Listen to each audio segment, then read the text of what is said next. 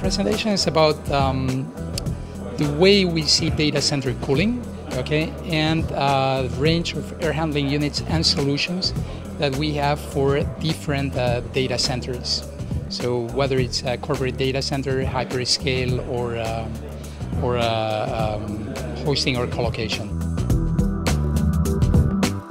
For any data center operator or builder, okay, that they might want to know how we see the future trend in cooling and how they can save money, build up resiliency, and reduce their total cost of ownership.